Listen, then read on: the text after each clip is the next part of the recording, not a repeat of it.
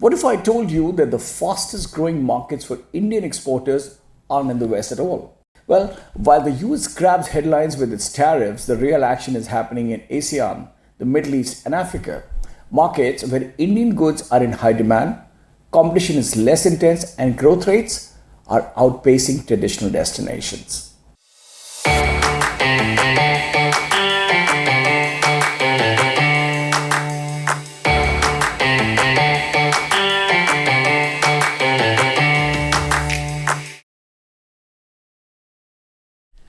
Welcome to India Grow Global mini series, The Export Champions, where we answer exporter questions. Help the exporter community to discover how businesses can build global power brands, not just survive, but lead truly like a true blue market leader. I'm your host Amit Chandraa, and I have spent over 30 years designing branding and marketing strategies for top blue chip multinationals across 15 sectors. You may like to read more about myself and about India Grow Global in the description below. Welcome to the show.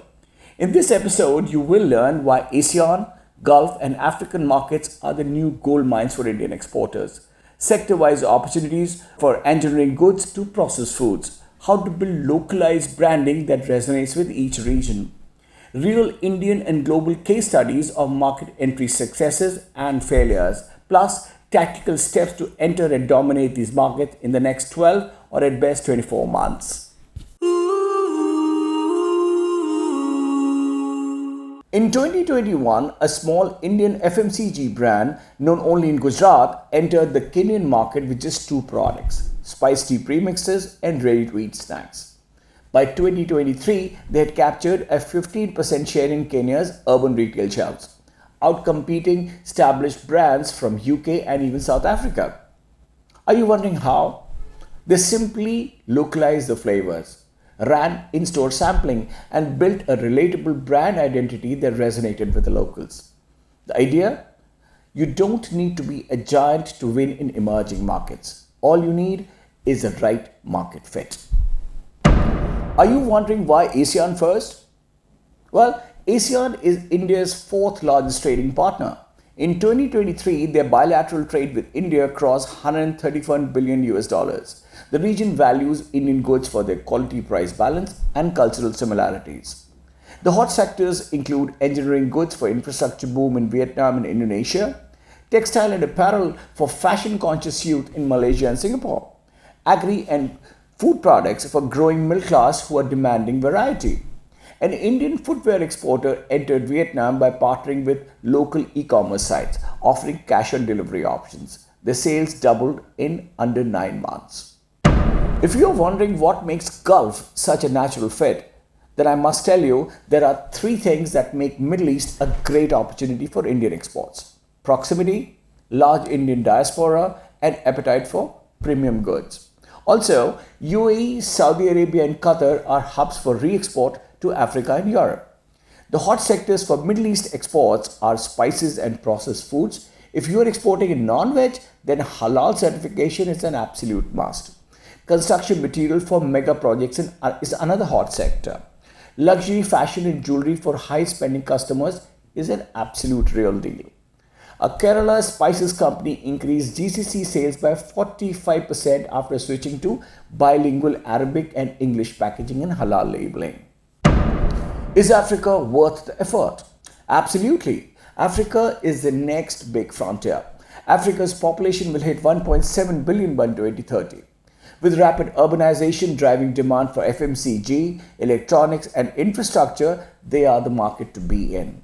In fact, they are the only remaining virgin market in the world waiting to be captured.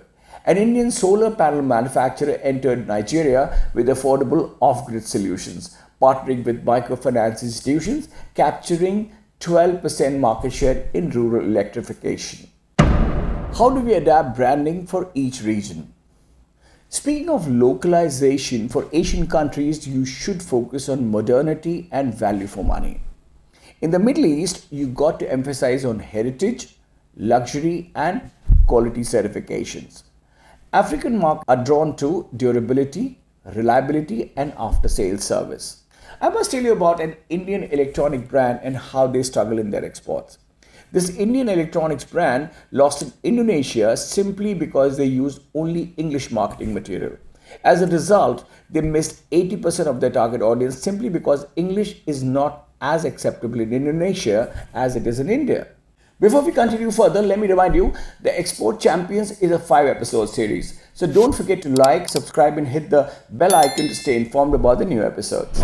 And yeah, at Be Ahead, we transform businesses into power brands. So if you are looking to build your brand into a global brand, then do reach out.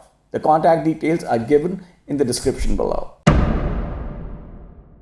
Here are some rapid tips for tactical market entry plan. Leverage trade agreements that India is entering with other nations. For example, India ASEAN FTA. CEPA, that is Comprehensive Economic Partnership Agreement India has with UAE and several other nations.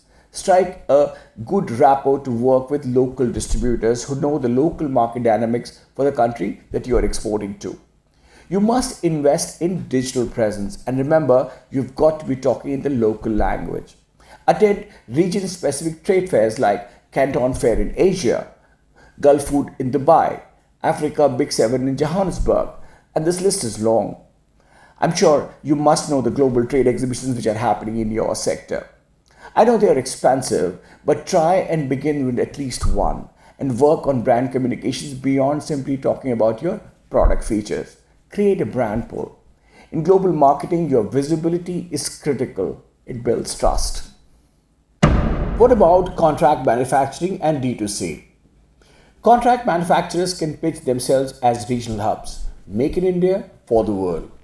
India is viewed as a cheaper option, but that logic applies even to your competition.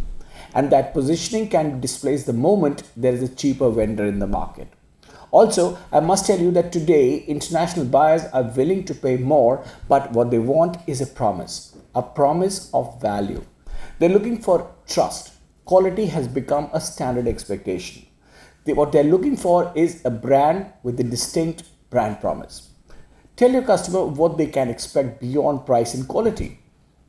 Attach a purpose value to your services. Connect emotionally with your customers. Speaking of D2C brands, to begin with, D2C can target the Indian diaspora in these markets.